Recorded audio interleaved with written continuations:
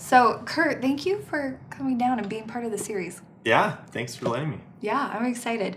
Now, I want to talk about the company that you founded. You are the CEO and co-founder at Owlet, and it's a really unique company. I mean, it's, I would say, a blue ocean.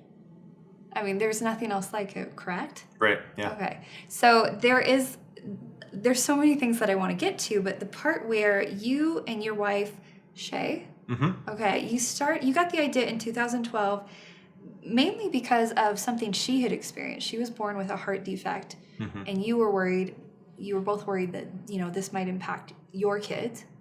And from there, kind of walk us through like how that evolved into what Owlet is now. Yeah, I think that was definitely like the underlying concern. We met and we dated in high school, and like it's always been one of those big questions. Like, her mom had this feeling when she was a baby to go check on her, and was able to be there right at the right time. They rushed her to the hospital and they did an emergency heart surgery. And so it was like, how would you know? And I had a friend who was working as a nurse at the University of Utah Hospital, and he was telling me about this technology that they use there called pulse oximetry, and this little red light it's that thing that you put on your finger and it can tell you your heart rate and oxygen levels. And Right. I thought that's amazing that one, through light, we can know how well somebody is breathing and how well they're doing. But two, doctors and nurses are like empowered in the hospital to know when to check on their patients. And as parents, like you have a video camera and you kind of have to monitor your monitor to know when to go check on them, because your baby won't always cry when they need help. And so I just thought it was an amazing technology, and it would definitely have solved my concern about not knowing if something was wrong or if there was some deeper issue going on. And so we started to work on it. We were at BYU.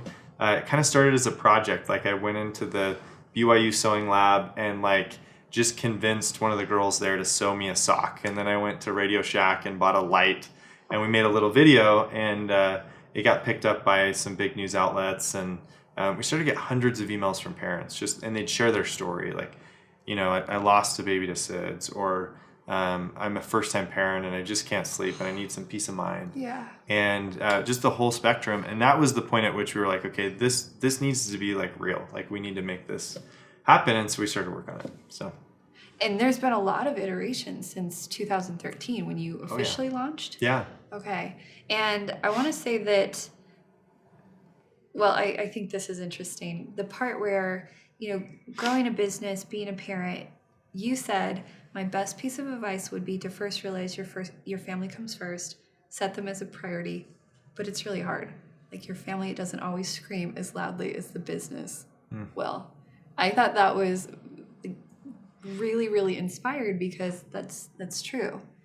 Knowing that, like when you were starting out versus learning that maybe 30 years into the game, that's pretty cool. Well, I think you know it, but putting it into practice that's the challenge. I think there's people who have been able to do it, and I'm still working on that. Well, tell me more about that. The things where you have put into practice to know, like, okay, priority. Am I taking care of my priority? Is it an evaluation system? Yeah, just the other night, I sat down with my wife and we were talking about, because she has a business that she runs, and we try to make the kids the priority, and it just kind of gets crazy sometimes. And I said, we're going through we're about to go through some rough patches with some big delivery dates. Should I buckle down and focus more on Owlet, or should we kind of make sure we kind of hold true to this culture that family comes first? And she was, she keeps me in check. She was like, I think you'll make a huge mistake if you sacrifice time with our kids and, the next year with our kids. And so it's a constant conversation where you're just trying to do the best for the people around you. And I think Owlet has developed a really good culture where most of the time, most people are able to, be home with their family, by 5. We have a very flexible work hour. So if your kid has a soccer game in the middle of the day, or, you want to take that vacation with your family, we try to really guard that time with family. It's really important to us. And so flexibility, I think, is a big way to try and accomplish both, and that way you can set your family as a priority, and then work can kind of fit into the cracks. Does that make sense? Yeah, and that fits into what I would think is the vision of Owlet. You're improving lives. Mm-hmm. I mean, it's like a simple thing, but it's so pivotal to know that you have the peace of mind. So let's talk more about this technology. Okay. You went from a sock that you had someone at the BYU Sew Lab make you, and a little bit of technology. First, why isn't this available in the consumer facing before this? I mean, it was something that they had in hospitals. Maybe tell us more about why. Why has this not been offered before now? That's a good question. I think in a lot of ways we were lucky to have had the idea when we did, just because, this is before Fitbits were like on the wrist and the Apple Watch, and there was this technology wave that was happening at that time as well. With Bluetooth radios went from being really expensive to, $1. And some of these sensors that originally cost, $10, $20, $30 just for like one of these little sensors that could do pulse oximetry were now in the pennies. And it was just this huge wave that was coming from the smartphone, wearable tech revolution that we timed it right. So there was a lot of that happened. Processing power, like all of that kind of made the technology possible right at the time that we had the idea. So that was, I think, a big part of it. The other part of it is that there were a lot of companies around that same time that were trying to do the same thing. And I think the thing that, we failed so many times. It was like, we thought when we started, we were going to have a product that we could ship to customers in, 9 months. And it ended up being 3.5 years. And every time we failed, like we would just pick ourselves back up and we kept going because we believed that, if parents just had the right information at the right time, they could be there for their children when they needed it. And that was like the fueling mission that we had. And so the team just kept rallying every time we failed. And so technology, I think a true sense of purpose and a belief that what we were doing would help a lot of families and save lives. Really, I think those were the two key elements. And we saw a lot of our competitors that for either reason maybe didn't continue with their ideas and didn't end up getting to market or didn't ship the right product with features that would actually help solve the problem. So I have to imagine it's overwhelming to create something that is meant to save lives and to try to do it, it's for a small baby, it's for an infant. And I mean, that at some point I can imagine those competitors are like, it's too much. Yeah. Like, I'm just going to get out now. It's got like there's a deeper, more rewarding feeling, but it's a little bit heavier, it's like, you have to think a lot about liability and regulation and technology. And, there's just so many facets to it that I think it was a big challenge, but at the same time, like, we always knew parents wanted what we were creating, and that was really helpful. And I think lots of times entrepreneurs might work on things that you wonder whether or not people are actually going to want to buy it, but it's fun to work on, or it might not be as challenging to do. And I think that can almost be harder because you don't have that like motivation that's like fueling what you're doing. You don't know that it's going to help somebody. So Yeah. Now, in terms of failing, just those times where you had to pick yourself back up, was it that you immediately knew what you needed to course correct, or was it like going back to almost square one? There's so many times that I think it was probably a blend. I like one time that so Thomas, who actually referred me to come and do this interview, it was my buddy that works here at 97th Floor. He sent me this video. This is right when we were first starting. He said, "Hey, I don't know why, but I just feel like you should watch this TED Talk." And it was about being wrong. Was like the title of the TED Talk, and I was kind of offended because I'm like, does he think I'm like wrong in my life? Yeah. What is? And he was like, "I don't know, man. I just like for some reason I felt like I should send it." And the TED Talk talks about how it's not being wrong that's hard. It's like realizing that you're wrong. That's this sudden change in direction that's so painful. Mm-hmm. And there's been so many moments where we just realized we were wrong. Like we manufactured 2,000 of these units. We thought we were finally there, like ready to ship to customers. And we found out that the electrical traces in the circuit boards would break when they would wrap around the baby's foot. And it wasn't the first time. Like, we'd done some testing, but we hadn't done enough like life cycle testing to realize that like these circuit boards were going to break.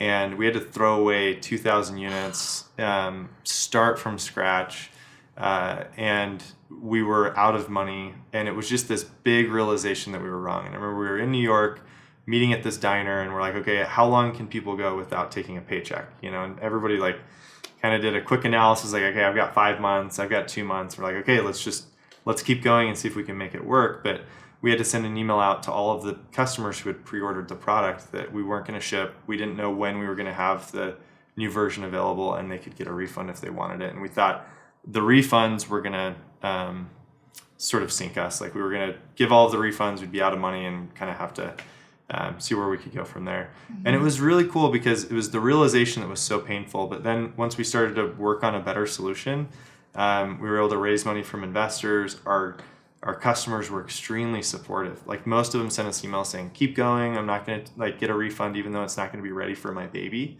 I want you guys to keep working on this. And it was just like, from there, it was this like really inspiring experience, and it worked out, you know, but it's the realization that you're wrong that's super, super painful. And so being okay with that, I think, is an important part of starting a company, because you'll be wrong a lot more than you're going to be right. But if you just keep working at it, you'll figure it out. Right. So. And I think that's really insightful, because anyone starting out, they think, well, I have the idea, maybe I did my research, and okay, I'm good to go. It should work. Yeah. Yeah, there's not going to be any hiccups, you know, in terms of foreseeable hiccups.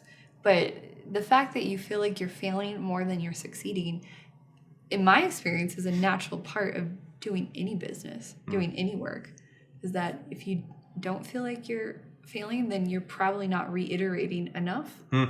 You know, to get to the end result that's the best possible. So love that. Now, in terms of, working on this as a skeleton crew and trying to balance all the aspects of life, you know, what was your initial kind of that season? What did that look like for you? You know, I think that's the most exciting phase, because everything is like, it's still very aspirational and theoretical. And so it's, you know, you've got all of your ideas and you're trying to kind of get everything together to make it happen. That was a lot of fun. We started with like 20 interns from BYU, all unpaid. We'd just order pizza once a day. We're just like, we're just gonna do it. Slices, Our kickoff meeting as a company, there were like 5 founder early people in the company, and then there was like 20 interns. So this is like a whole group of people, and they were awesome. And I would say 5 or 6 of them now, you know, have been working with us for 5 years. Wow. But they, you know, it was a really energetic, fun thing, and then you start getting punched in the face, because you realize that you've got to face reality, and there's going to be challenges. But I loved that phase. That's like the most exciting phase. I read this book called Making Ideas Happen, and he talks about have you read that book? I have. Okay, so he talks about how the biggest enemy to an entrepreneur is their next idea. So you've got this really exciting idea, and then like it starts to plateau and it becomes hard, and that next idea just looks so much better. So I think the idea phase, the creation phase, is the fun part, and then the work comes. Right. Yeah. And that shiny object over there is like, oh. That would be easier. It'd be better. It'd be more fun. Yeah. Yeah, especially if you're in the mindset of, I tend to be more of a visionary. Like, I can see the bigger picture. Mm-hmm. So it's exciting, where I'm like, oh, let's just like, hypothetically, it's always way more beautiful. Yeah. Way more linear to the end goal. Yeah. But then actually getting in the work, I have to remind myself, no, this is a focus. Yeah. This is a season of focus where any other ideas, you put them in a locked, you lock that away, and you re-engage when you know this is either, you know, at the next threshold, or it's just not going to work out. Yeah. And I think the book talks about how you need to like socially commit yourself. So like tell people that you're working on this thing. And that's hard to do, because, you know, you do get comments from people that you like and trust that are like, I don't like your idea or whatever, right? And that's like so hard to hear. The other thing that was important for me is two of my co-founders, Zach and Jordan, that really compliment me, you know, like I'm more of like the visionary, beat the drum, let's just run at it. And they're very detail oriented. They're Zach's our hacker, and he can go really deep into the tech stack. And Jordan was kind of the psychologist. Like, he really connected with the customer and made sure that the product we were creating filled that need. And those aren't my skill sets at all. Like, I'm just like the drum beater, like, let's go, let's charge the hill. And so I think having people around you that complement you can also help carry you through areas that might be difficult for you, but other people might be really good at that. And how did that happen? Was that happenstance that, two of your buddies were also, like, they complimented you in those, or was it intentional?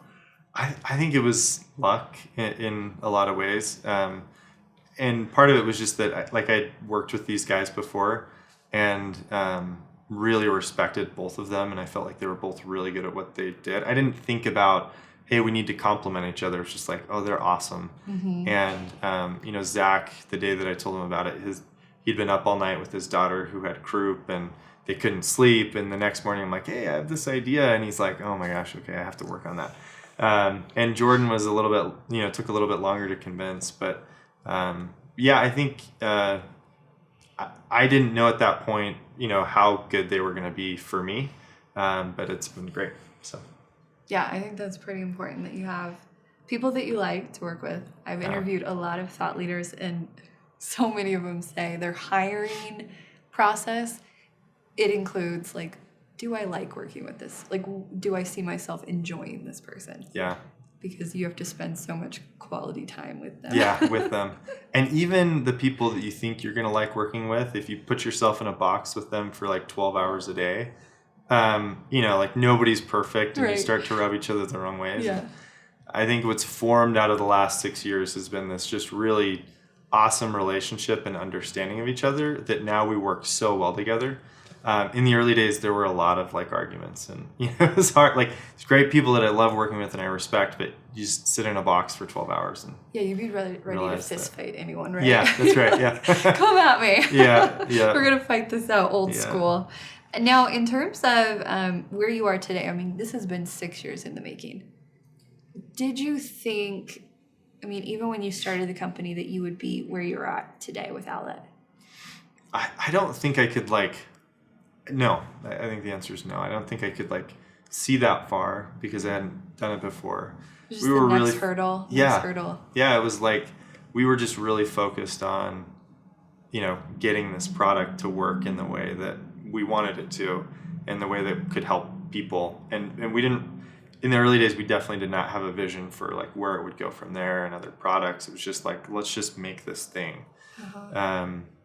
And I think that was helpful, actually, because we just hiked Temp, my co-founders and I just hiked Temp, and we went up in the dark, and the first 4 hours actually weren't bad because we had these headlamps on and you could only see the steps in front of you.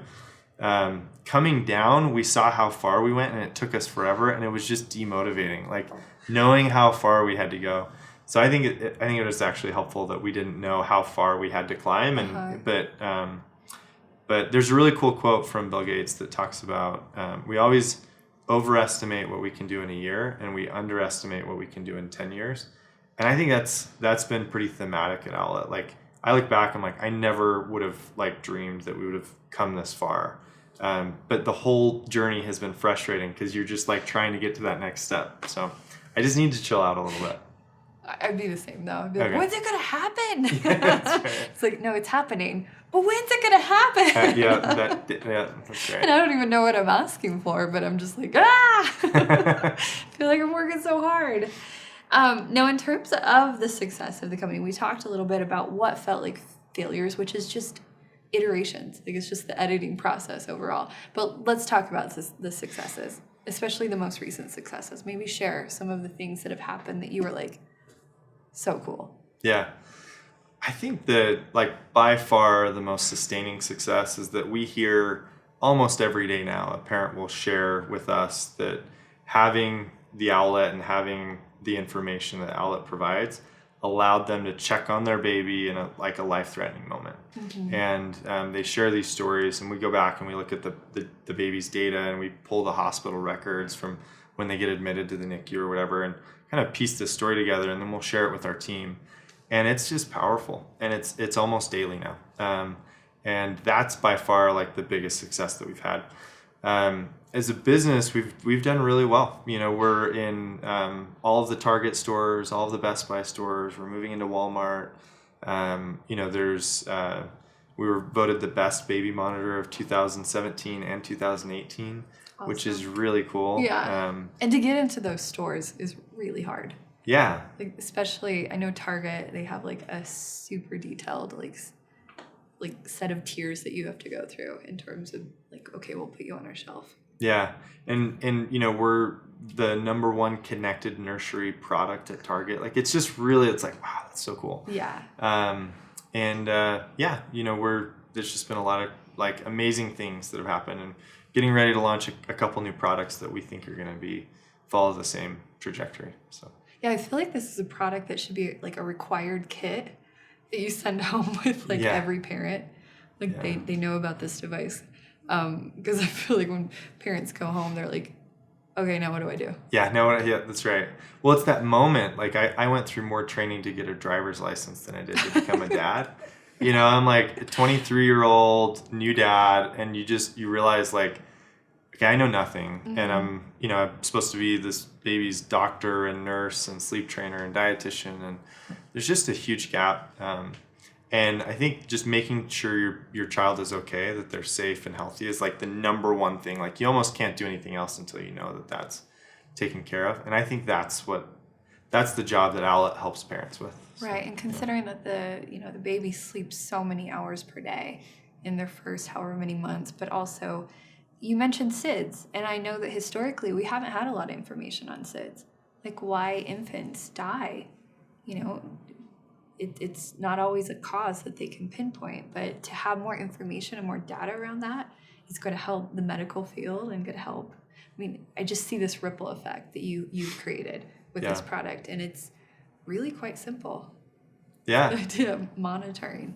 Yeah, and I think we can't, because SIDS is a there's a lot of different risk factors and reasons that a SIDS death might happen.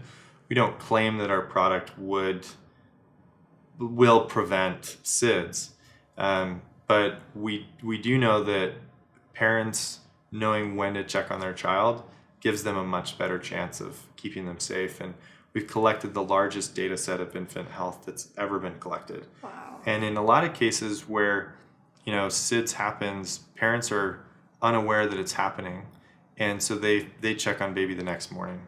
And we've seen hundreds of cases now where Owlet sounds a notification, and parents check on their baby, and they're able to see what's happening, and so they rush into the emergency room, or the baby's just rolled over and they can't roll back, or just things like that. And so we're able to kind of compile these outcomes, because now parents are able to go and get that data, and we think that it's going to help us better understand what's causing SIDS, because now parents are there, in the moment that their baby might need help.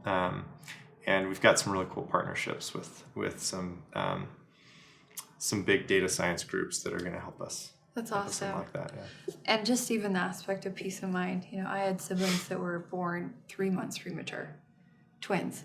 And I could tell you that the quality of sleep that maybe my mom and dad would have had, even in the few hours that they could sleep at a time, would have been that much more if they knew something was being monitored with those tiny infants. So peace of mind goes a long way as well. Now, in terms of kind of your leadership style, as you've grown this company, I'm sure you've hired more and more. So you've grown as, what was a skeleton crew to what it is today. What is your process for finding good fits for a team and then firing? Oh, wow. Yeah. That's a great question. I'm in this leadership dive right now, because I feel like I'm in a crisis mode. I need to grow as an individual. So it's interesting. I emailed 7 of the leaders that I look up to the most in our area, and investors that we've raised money from and stuff. And I asked them for their top 3 books on leadership, and I thought there would be some overlap. There was only one book of 30 books that were recommended. Only one book was the same that was recommended. So 30 different books and approaches to leadership. And so it's kind of this confusing area. And I think a great definition that I've heard is that it really just comes down to who you are, and your ability to influence people to do great things. And so that's scary, right? Because like I know myself and I'm just a pretty normal person. And so, I do think that there's that common sage with startups. It's like hire slow and fire fast. I don't think most people follow that. I don't think we follow that at Owlet, because you just love people, right? Like you you care about them and you want to help them through issues. And I think it's important not to lose that humanity. Do you know what I mean? Like sometimes we get so focused on the business results and we forget a little bit about people. Like you don't want to like lose your humanity through it, right? And so, but at the same time, there's definitely been areas where we've had to let people go. Like I've had to let a lot of people go from Owlet. Some because the business wasn't hitting results and I had made bad decisions and we just couldn't afford to keep them. And those are really painful. And others because they were damaging to our culture. And that's probably the biggest area for me that I think needs to be corrected. When somebody's damaging to your culture, you have to make a change. And it just doesn't correct, so. I think most people assume that's once you have a successful company, you just know. Like you just know all the things, but really it's a refinement. Oh. Like you keep dialing in that lens so that maybe you see things sooner. Like when you're in the hiring process, you're able to see, okay, this is a red flag that I maybe would not have pinpointed, 3 years ago. Yeah. Where I otherwise really like this person. Like their personality is great. Well, and I think part of it is like in the early days, you feel like everything's urgent. Like if I don't hire this person right now, the whole world's going to come crashing down. And so you make these like rushed decisions. And it's been hard for me, but I think just being a little bit more patient and trying to it's really hard for me to involve other people in the process because I want to make the decision. But that's provided a lot of perspective as well. And I think we've made better decisions when you allow your board and your other members of your team to kind of weigh in on who you hire. And that was a weakness of mine in the early days. It's like I had who I wanted to hire and I hired them. And anyways, I think it's helpful. And it's helpful for the team to get that buy-in to the person that you're going to hire so that they support them. Mm-hmm. And if they don't feel bought into them or their personality or their leadership style, it's hard to kind of get people to support later on. So yeah. And when you say like that humanity and like I've heard empathy before, I always liken it to that extreme ownership. Where it's like, no, I'm taking this on as a personal responsibility. I hired them. If I ultimately have to fire them, that's on me. Mm-hmm. And I know that, we've had situations where we've looked at kind of everything that happened and we're like, we just weren't a good enough leader for this particular person at this particular time. Mm-hmm. And that's okay. Because it's now we know some things that we need to, come to terms with, read some more leadership books. I mean, it's all a process because there's so many like ideas around leadership and I can only retain so many. You almost always know what book I'm reading because I'm regurgitating. You're trying to do that. So my new thought around leadership is this, and it's just, you've been reading Good to Great, right? Yeah, exactly. Right people on the right seats on the bus. That's right. Yep. Now, in terms of what are the things that keep you up at night at this point in your career? My kids, first of all, they've like sleep regressed, and so they're 4.5 and 2.5, and they both come in bed at night and kick us in the face. And otherwise, I sleep pretty well. I think with the business, some of the big risks is that we're going from. One of our biggest strengths has been focus. Like we've mostly, have been distributing the product through our website. We've one product. It does really one job. And we've just focused. And that's been a huge strategic advantage. And we're now realizing that that product needs to grow, needs to add more value. The company is growing and there's other ways that we can help parents have peace of mind. There's other places in the world that need this solution. So like we launched Australia last year and we're launching Europe. And so we're kind of going through this 3-dimensional growth of product growth, geography growth, and then distribution through retailers and everything. And I think our organization's ability to handle the new complexity and the growth and the scale is the biggest risk that we have as a business. Mm-hmm. And so, making sure we have the right leadership in place, that we have the right culture in place is probably the biggest concern that we have right now. With a baby product that measures your baby's heart rate, there's always liability issues. And so I've had to do some really tough customer phone calls where, parents are really concerned about something. And for some reason, not for some reason, that, I'm responsible, like I'm the guy, right? And then I'd say like the last thing is just, I like harmony ultimately, like, and so when there are issues that have to be dealt with, like that will keep me up at night more than anything else, like people issues, like there's a disagreement between two people and I've got to get involved. Like that's emotionally really hard for me because I just want everybody to get along and I just want to focus on like our vision and our mission and the products and let's just make it about, what we're trying to build. And when we have to kind of stop and work through personal issues where people are getting offended and things like that, that's really stressful for me. So. The other side of humanity where you're like, can you get out of your feelings, guys? That's right. Let's just focus. Yeah. Yeah, let's focus on the end goal. Now, in terms of, is there any part of growing that you've been hesitant about? Because I imagine when there's something that adds complexity, I think there's a certain part of me that's like,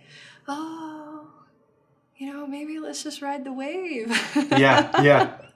Just enjoy it. Yeah, ultimately I know I'll go for things, but I also know that, this is going to be harder when this over here, we were on cruise control for a hot minute, and that was nice. That's right. Yeah. So like, do I really want to drive growth? Is that like the question? Yeah, is there any part of it that you're always like, okay, yep, brace yourself? Yeah.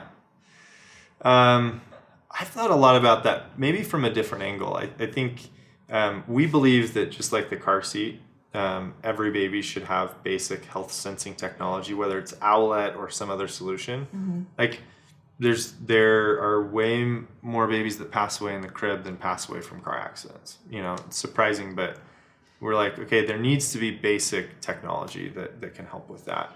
And we feel like that's a big part of our purpose and our mission. And and we have some products that I think are addressing some even bigger issues. But turning your focus away from that or trying to involve more feels like you're betraying that just a little bit. And that's like a moral dilemma for me, and yet as somebody who's running a business, you can leverage, we've raised, a lot of money from investors to be able to get to where we're at today. And that's fueled the vision. And a big part of that is, where does it go from there? How does Owlet continue to help parents? And so you kind of have to manage these different goals and make sure that you stay really aligned with your mission, but you're also expanding the vision. And there's like a moral dilemma there for me. The other part of it is, I did ask that question the other day. I'm like, do we want to do more? This is like tiring. It's hard work. Yeah. Like, do we actually want to do more? And I was talking to my co-founders about that. And we decided yes, but it would be really nice to like get to the point where I'm like working 3 days a week and like it is on cruise control, but give yourself the opportunity to be bored. Yeah. And then decide. That's a good way to put it. Yeah. Because I know a lot of, people who've started companies and started a second company and then they're like, okay, I'm going to retire. And that lasts maybe a year. Yeah. Not even that long. And then, they're on boards, but then they're like, I just have to go with the next thing. Need to do something. But at least they got to that place where they're like, I know what it feels like to be bored. Yeah. And it kind of re-energizes for the next thing. Yeah. And I think we've gone through a little bit of that at Owlet. And I'm kind of, right now I'm hiring, we just hired kind of our senior leadership team, some of like the best people in the area that I think are going to kind of run things a little bit for me, and so I'll be able to kind of breathe and then focus on what's next and how do we go deeper with our vision and how do we do some of those things. And it's kind of ebbed and flowed a little bit that way, as you bring on that next level of leadership, you get to breathe a little bit and then the business grows and then it's like, oh no, so I think it is important to like breathe, so.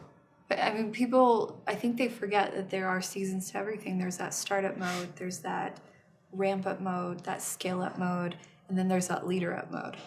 You know, Yeah. it's the part where you start looking for other people who could carry the vision. Yeah. And you can work from more of the 30,000 foot view. And maybe, you know, spend more of your time like Warren Buffett, who spends 80% of his time just reading. Oh, whoa. Like all day. Wow.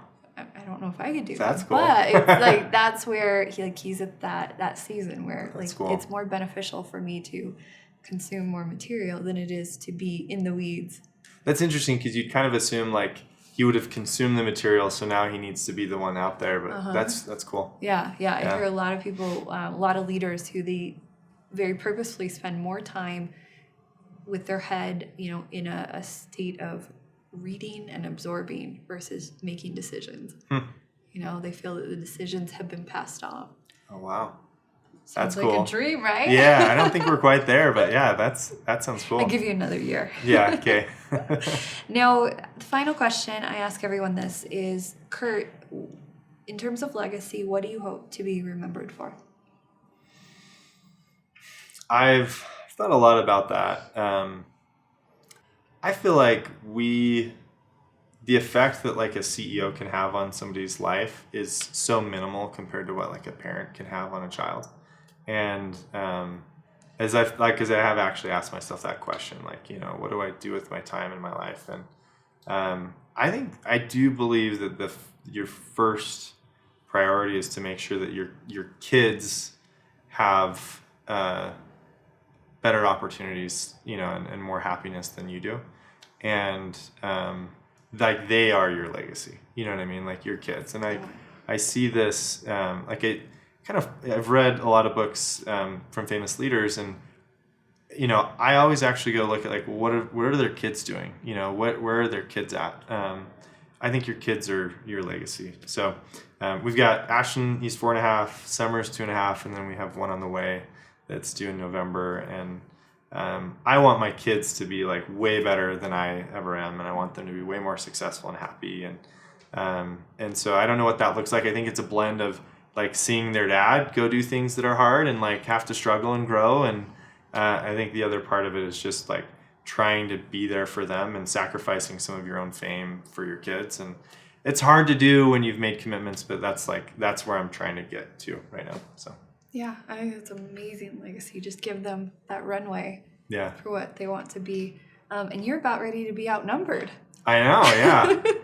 So that might be a whole other like thing you have to strategize around. I know, yeah. Well, and we've like Jordan, they just had their third, and I have a lot of friends that are at like the third stage, and the feedback across the board is like, it's so hard. It's way harder than 2, and so I'm like bracing, but we're excited. Do I want that information? Yeah. Love it. Well, thank you for being here. This has been such a fun interview, and I think your insights have been amazing. Cool. Thank you.